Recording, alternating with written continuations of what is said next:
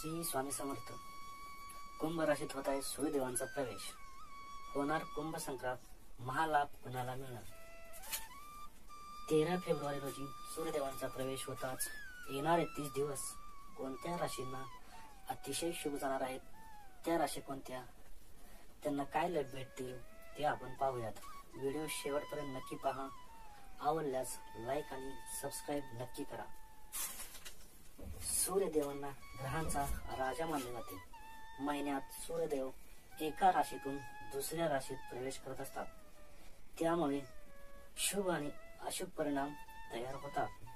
13 फेब्रुवारीला सूर्यदेव कुंभ राशीत प्रवेश करतील, त्यामुळे कुंभ संक्रांत असेल। या दिवसांपासून 30 दिवस काही राशींना शुभ असतील, काही राशींना अशुभ फळे भेटतील। ज्या राशी शुभ परिणाम देतील त्या राशी पुढील प्रमाणे आहेत। पहिली रास म्हणजे मिथुन रास। सूर्यदेवांचा हा राशी प्रवेश मिथुन राशीच्या लोकांसाठी खूपच फायदेशीर असणार आहे। सूर्यदेवांच्या आशीर्वादाने तुम्हाला सर्व कामात यशस्वी होण्याची चान्सेस वाढणार आहेत। यशस्वी होण्यासाठी तुम्हाला ज्यादा कष्ट करावे लागणार नाही, अगदी सहज यश मिळणार आहे। या महिन्यात तुम्हाला धार्मिक कार्यात आवड निर्माण होईल। कुटुंबामध्ये आनंदाचा माहोल असणार आहे। सूर्यदेवांच्या कृपेने तुम्हाला मान सन्मान मिळेल। व्यापारी लोकांचा व्यवसाय वेगाने वाढणार आहे। नोकरदार वर्गासाठी संमिश्र फळ राहील। पुढची रास म्हणजे सिंह रास। सिंह राशीच्या लोकांना सूर्यदेवांचे हे गोचर अतिशय लाभदायक असेल।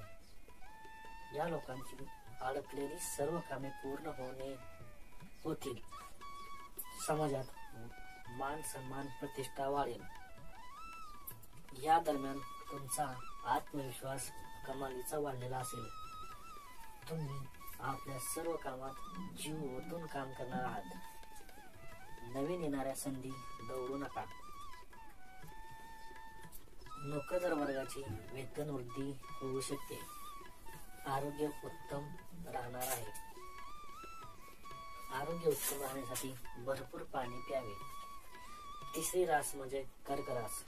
कर्क राशीसाठी हा वेळ अतिशय शुभ संकेतांचा असणार आहे।